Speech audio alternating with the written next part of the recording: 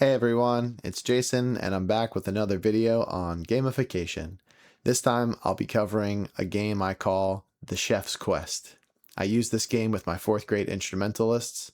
I hope you enjoy it. Let's check it out. So here we have the legendary Chef's Quest slideshow, and we'll go through all of these slides in just a minute. But I want to first take you through all of the documents that I keep up on my screen every day to keep this game running smooth. So the first one, of course, is the Google slideshow, which we'll come back to in a little while. Next up, I have a folder of all of what I call farm stands, one for each group, and you can copy and paste as many of these as you need for how many groups you see. Each group has their own, and this is how we keep track of all of the items and pets and stuff they unlock on their landscape, their farm stand here. So this is what it looks like when the game will first start, which we're going to unlock after the tutorial. Then we go over to the farm pets, and we've got a bunch of different pets, and each pet has a number assigned to it, which corresponds to the dice rolling page that I have up here. And when you roll the dice and you get a number, I just copy and paste the pet and put it on the farm stand. And then quickly, I have my personal slides, and I might refer to this during the video just to show you how I use the game in the order of my classroom.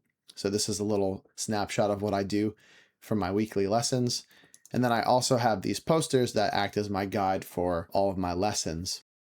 And this is for the band and one for the orchestra. But now it's time to take a look at the Chef's Quest. So week 1, tutorial.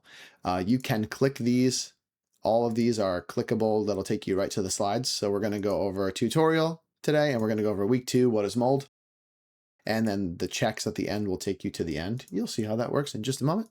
But first, let's talk about the tutorial, the first week of playing this game. And this is the first time I introduced my 4th graders to my gamified story. We read it, and here's a pro tip. Try to ask your students to read these narrations and all the stories because they crack me up with all the funny voices they use. So I hope if you use this, you can get a good laugh out of it, and it just makes it a little bit more enjoyable. Okay, so I'm going to read them for you guys today. It says, The Chef's Quest Tutorial. Today you begin your quest to become a great chef.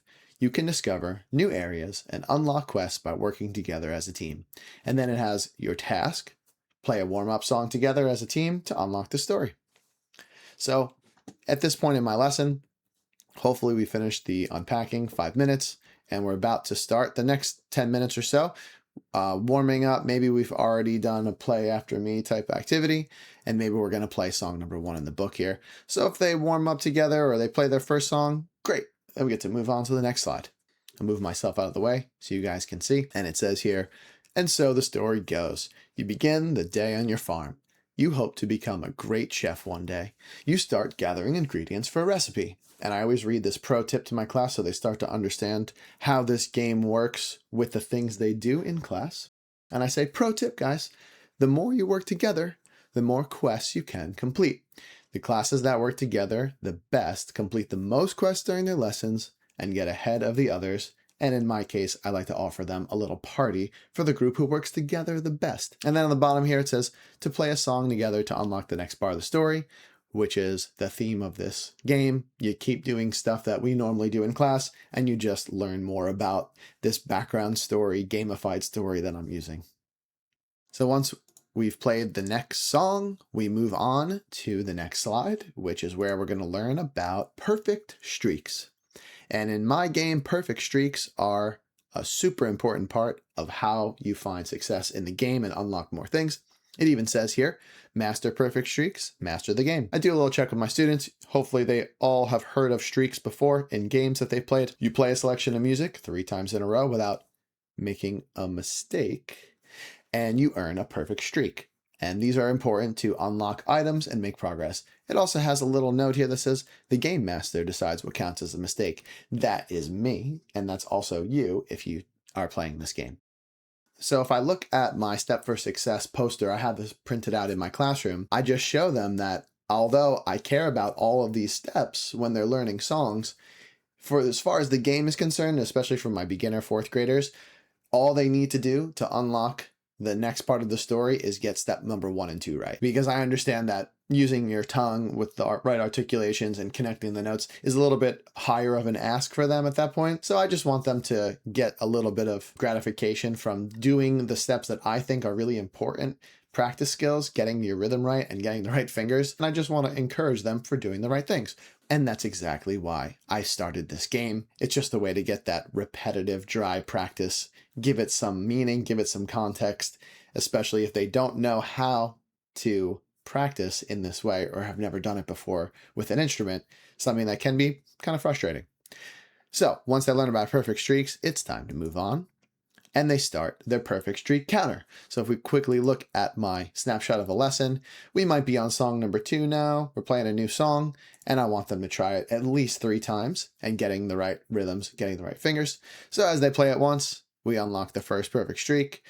If they play it twice, no mistakes. We unlock the second one.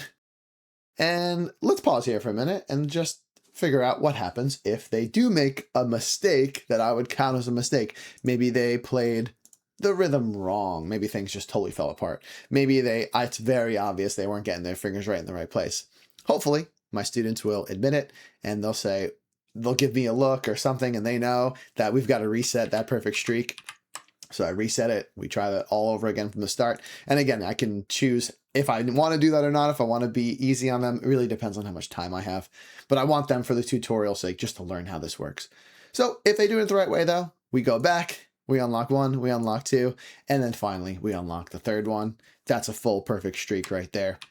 And I'm always resetting these before I move on. And then we find ourselves at the farmer's market. And at the farmer's market, no surprise here, we've got to get another perfect streak in order to unlock the next part of the story. Maybe you're playing another song or whatever it is you're doing in your class. Same concept applies. Play it once, play it twice, 3 times, it's great. And we move on to the next part of the story.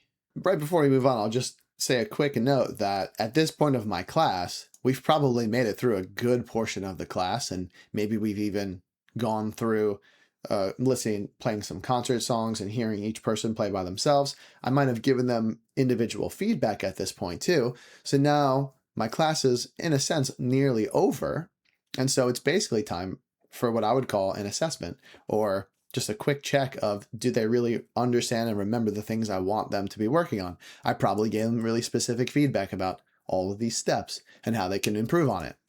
And instead of just saying, all right, let's do it all again, let's see what the game has in store for us. I asked my students to read. Nice job. The pizza stand loves the music so much they invite you over to pick something out from their shop. So many foods to choose from. Wait, what is that in the corner? And it is their very first boss fight in the game, the moldy food monster. So when we get up to the boss fight, you can see that it's got 50 health points. It says to use your music to defeat the boss. So at this point, my students are going to be working together, playing together as a team. This is something that I'm looking for from them, getting the right rhythms, getting the right fingers, and maybe even connecting it a little bit. The fun part about the boss fight is that I can change it up depending on the class and where they're at, and I can change up the song depending on where they're at. So for a class that might be a little bit more behind, I can make one of their songs worth a lot of points that they're working on. And for a class that might be a little bit farther ahead, I can make one of those songs worth a lot less points, and I can use my discretion, and you can too. And that's the fun part about gamification, in my opinion. So if you can write on your board, if you can annotate it, you can just cross out the health points after each attempt at they're playing a song. I make up rules all the time with the boss fight. I just make stuff up and I go, ooh, yeah, your posture was bad. You just gave the boss like 5 more points. So you can do whatever you want with these boss fights. Sometimes I tell them how to defeat it, depending on how much time we have. Sometimes I just say, you guys figure it out yourself. And I like to see how they work together and how they communicate at this point. So whatever you choose to do, they're playing their song. They take off some points. You can also use these dragging features here, and you can manually just change it based on how much damage they do each time. And every direct hit, that's less points, that's less health, and eventually we finally defeat the boss. So again, I have to reset this every single time. All right, and so they've defeated their first boss, and then we go on to the next slide, and he turns back to normal. All the mold is gone from him. And he says, phew, thanks for saving me. I'm sure it's safe to go back to the farm. And that's the end of tutorial week 1 of the game. And at this point, I'm going to copy and paste this check mark here. so I know which group completed the tutorial. This is how I keep track. And if you slide up to the top, you can see here after the tutorial, you see this little check mark here. You can click that. It'll take you right to that slide if you need to quickly check and see which classes are up to speed on the tutorial or not. And then after the first week is over, the tutorial, we also get to unlock each class's farm stand. So I just show them you have this new Google drawing that we're going to be using to keep track of stuff, and you will be unlocking pets and things like that starting next week. Okay, and now we're on to week 2. What is mold? So you can click this text right here. It'll take you right to week number 2, day number 2 in the game. And I'm going to ask one of my students to read it for us so we can have a good laugh, saying, "Phew, what a crazy thing that happened last night. I wonder why that pizza shop worker was acting so weird." Task number 1, warm up to unlock farm access. So in my class, we might be doing a little warm up. Maybe it's a song in their book. Maybe it's just the warm up that I made where they just kind of play Simon Says repeat after me notes so I can check, make sure everyone's instrument is working right. Then we get into the story. So we've warmed up. It says, "Oh, well, we might as well go over to the farm and start the day." Wait, I remember something. We got a little flashback scene here with the pizza shop worker who says, "Thanks again for saving me from that mold."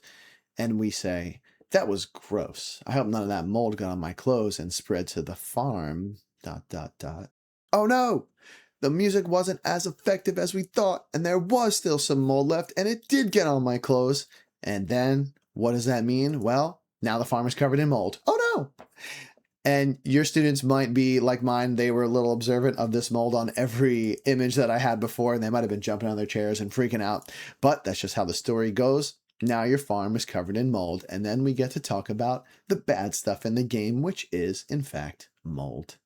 So I explained to my students, if they don't practice in my class, if you don't try to remember things, mold will take over your character and you will not be able to make progress in the game. Strange behavior in class also equals mold. I've actually got little cutouts of this character right here that I will place on their music stands to symbolize a student who might have forgotten to bring their instrument that day. Maybe they showed up late for my class. Maybe they forgot their book or their folder. And it's also reinforcing the things that I really hope that these kids are remembering at this age.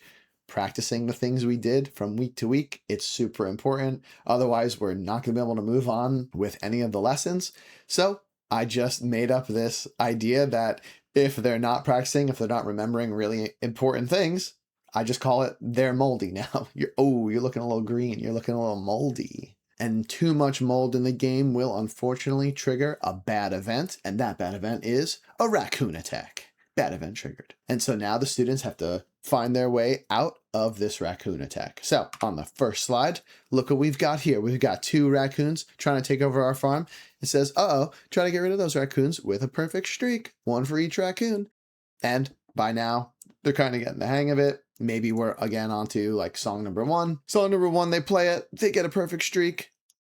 Yay, 1 raccoon, gone. You can annotate it if you want, cross them out, but the next slide will take care of that for you.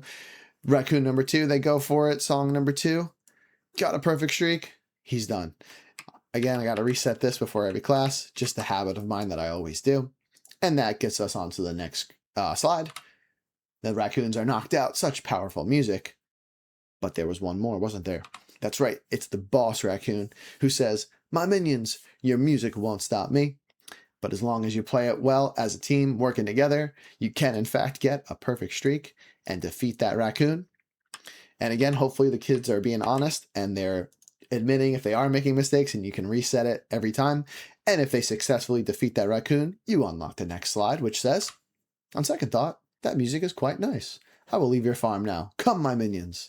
And I usually give them a little round of applause and I say, "Successful raccoon defense. Nice job, they're leaving the farm." And after that, they actually unlock their first item in the game. It says, "Nice job, you unlock the barn. That will help keep your pets safe in case any raccoons try to attack again." And then, of course, we've got the counter of all the classes who've completed it. You just want to copy and paste the check mark so you know which class is up to speed on the raccoon attack. And we can go back up to the top again. And you can see this check mark here should take you right to that page. And there we have it. And now we get to go to the farm stand and actually put on some fun stuff for these guys. So the first thing I do is I actually copy and paste that barn. We put it right on their farm, and everybody gets a barn if they completed this quest. I put it somewhere over here in the back. And then the next thing is we get their first pet in the game. And I explain how the numbers work and the dice rolls. And then I say, all right, here we go. We're going to roll the dice. And maybe we get a little drum roll going in the class. And we roll the dice. We see what we're going to get. Oh my goodness. Look at that. That was a crazy roll right there. We got a legendary on the first try. And they might be freaking out. They usually understand that is a pretty amazing roll. Maybe we'll put that guy in the clouds. That is a really epic way to end the second week in the game. And then as we go back to the beginning here, there's going to be more stories to come. Next week, there's a really fun character, Blue, who we meet, and it just continues from there. Thanks so much for checking out my game, The Chef's Quest. Hope you guys get to use it in your classroom. I hope it helps you keep things interesting with your classes. And I hope you're finding ways to inspire and get these kids practicing, because it's very challenging in today's day and age. There's a lot of things they could be doing besides playing an instrument. And I hope that you guys found it a little bit entertaining. If you need any assistance with this game, let me know. I'm happy to help you. Check out the link for all of these slides. I will give you a copy of everything I've used, and I would love to hear your thoughts. Thanks for checking it out. I'll see you guys next time.